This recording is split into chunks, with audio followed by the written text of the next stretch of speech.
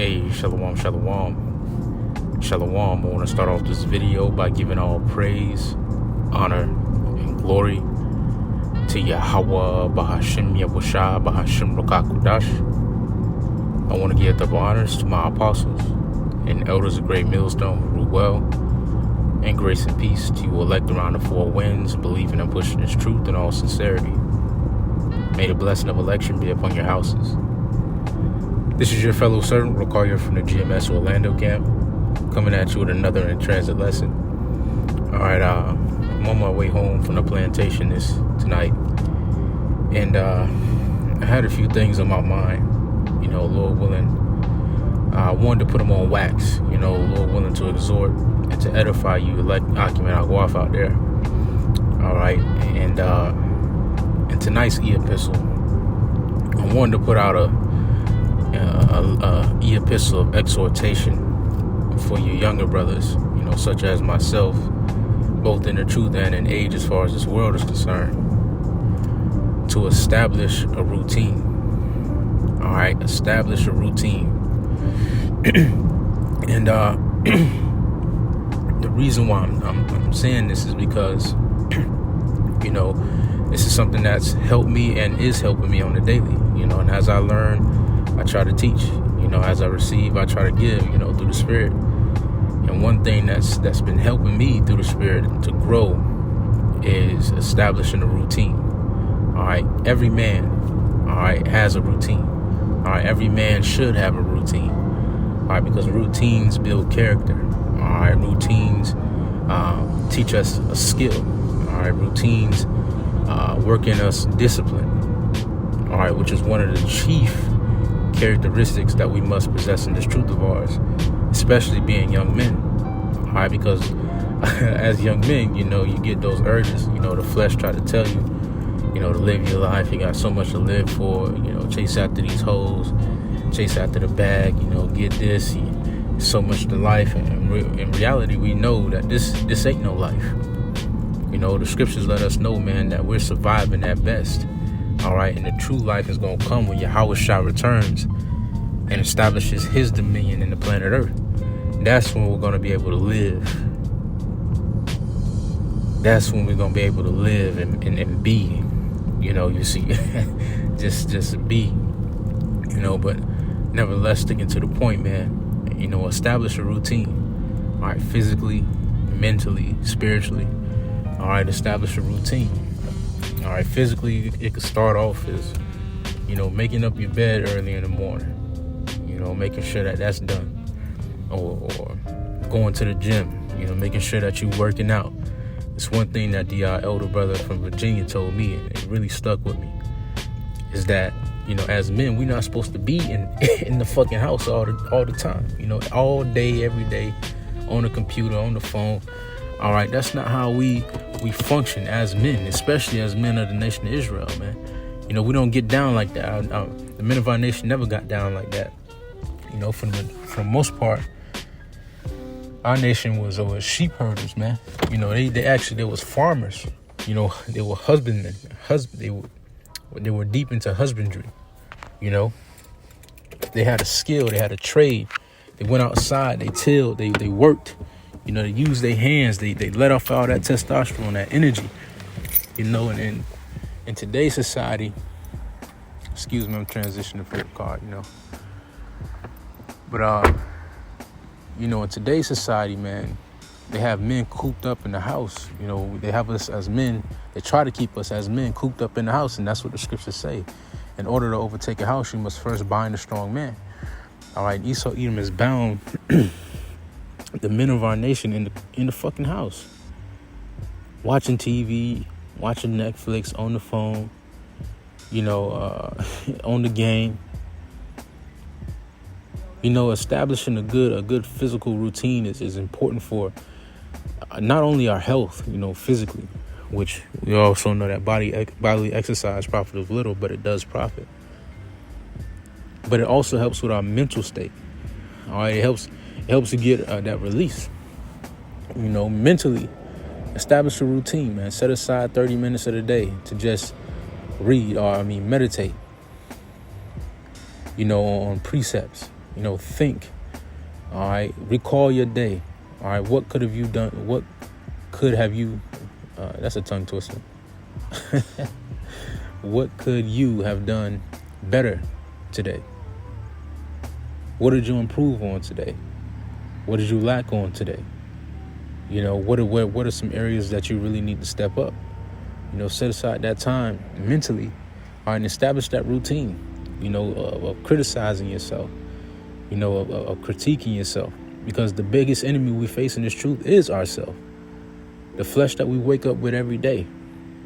That's our biggest enemy. Because he's trying to tell us to do a whole different thing. A whole different thing than what the Lord got us doing, man.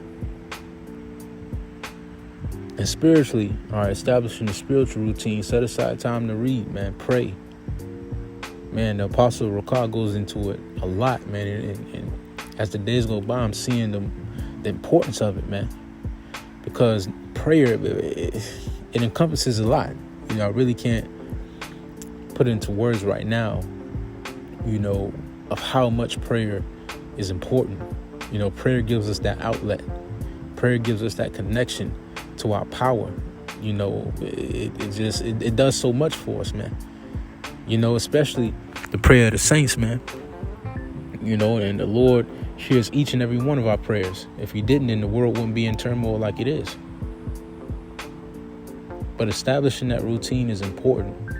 All right, for us as young men, speaking to myself first and foremost. All right, because it helps us build character. It helps us to grow into men. Especially men of the Lord, establishing a good routine and getting into good habits. It builds character. I was talking to one of the brothers in the camp about this, a couple of days ago, about how, starting to see the importance of a routine, man. Through the Spirit, man, the Lord had us on a routine. All right. The law, statutes, and commandments, man, the standard that the Lord gave us was a routine that kept us in order,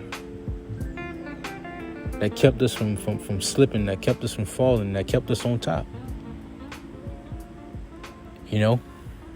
But I just want to get on here. I got a couple of precepts I want to read. Lord, when this is edifying unto your elect. But bro, hey, listen, establish a routine. All right, especially as a young man. All right, establish a routine. It's important. All right, because through routines, we gain character. All right, we learn skills. All right, we learn patience. Hey, another routine. Start cooking, man. Start cooking. I'm talking about throwing down. Don't half-ass it. Hey, what does Ecclesiastes 9 and 10 say? Whatever you put your hand to do with your might. Throw down in the kitchen, man. All right, one thing that cooking teaches us, a spiritual lesson that cooking teaches us is patience, man. You got to be patient for the whatever you cooking to come out of the oven, for the water to boil, for the seasonings to get the right flavoring on the seasonings. It teaches us trial and error. It teaches us a lot, man. It's a lot of lessons that we can learn through establishing a routine.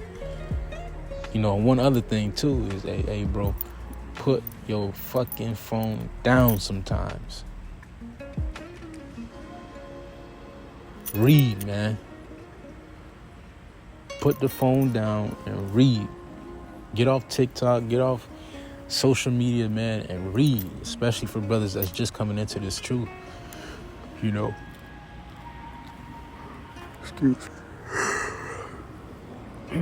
Excuse me. Read, man. All right, being on social media all day, it really overloads our senses, and it really teaches us to think fast and to be non-solution oriented. Being on your phone all day, you're looking at all these videos, these quick hits, these quick videos, and subconsciously, man, it's fucking up your mental. It's fucking up your mental. You're doing shit too quick. I know you heard, and I'm gonna stop rambling. But older Jake, in the neighborhood, in the world, they used to call younger Jakes jitterbugs. Because they always got that jitter. And that's especially the case for, the generation of today's day and age, man. They jittery. A lot of people my age and younger, and a little bit over my age, are very jittery, man. It's because their senses have been overloaded, man. They don't know how to have patience. They don't have a routine. They don't know what it is to be patient. They don't know what it is to think and not to be fed videos and 10-second videos all damn day. Read, man. Put your phone down. But let's get these precepts, all right? All right, we're going to start off here in Sirach, or Ecclesiasticus, chapter 37 and 27. All right, it says, "My son, prove thy soul in thy life, and see what is evil for it, and give not that unto it." All right, and right now, man, the Lord's giving us time to prove our own souls, man. To see what's good for our soul and what's not. What draws us closer to the Spirit and what draws us further from the Spirit. All right, and those things that draw us closer to the Spirit, we want to make sure that we're establishing a routine, all right, in our daily lives that is conducive, all right, to what we need to do to be closer to Yahweh Shem Yahushua in the Spirit. All right, for some brothers, man, it's putting that phone down for an hour and reading, or putting that phone down for an hour and just thinking, or reading or praying, whatever it is. Different brothers have different flavors, different niches, but nevertheless, it's important to find yours. It's important to find your routine, all right, and what helps you draw closer to the Spirit of Yahweh Shem Yahushua, especially in these days that we're living in, man. All right, we want to have a solid connection with our Father. All right, we want to have a solid connection with our Father. Because our pop's going to come through every time, man. All right, the Lord going to come through every time. All right, for his men. But that relationship has to be established right now. All right, start calling upon the Lord now. And that's something that a lot of jakes don't understand. It's time it ain't short.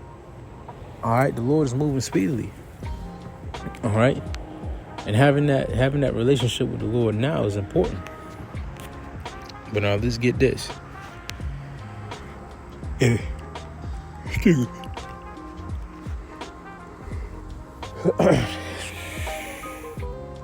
First Peter chapter 1. 2 Peter chapter 1 and verse 4. It says, "Whereby are given unto us exceeding great and precious promises, that by these ye might be partakers of the divine nature, having escaped the corruption that is in the world through lust. And besides this, given all diligence, add to your faith virtue, and to virtue knowledge, and to knowledge temperance, and to temperance patience, and to patience godliness, and to godliness brotherly kindness, and to brotherly kindness charity." All right, I just want to get into a couple of these words. All right, I want to get into virtue in verse 5. All right, it's Strong's G 703. Arete.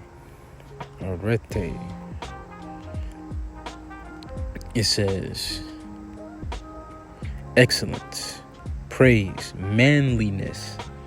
All right. All right, manliness, praise, excellence, moral goodness, a particular moral excellence as modesty, purity, virtuous course of thought, feeling, and action. All right. So, 2 Peter 1:5 says, "And besides this, given all diligence, add to your faith virtue, add to your faith manliness." All right. Add to your faith excellence. It says, into virtue knowledge, into knowledge temperance. All right, I want to get this word temperance in verse 6. It's Strong's G 1466.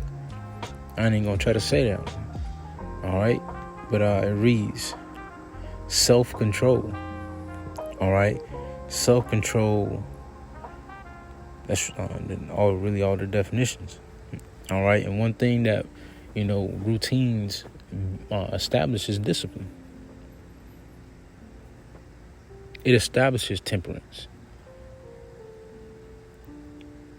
Because when you get into a routine of like working out, for example, all right, you gotta, your body ain't gonna want to work out every day, man. Your body ain't gonna work out. Your body ain't gonna want to go and get broken down.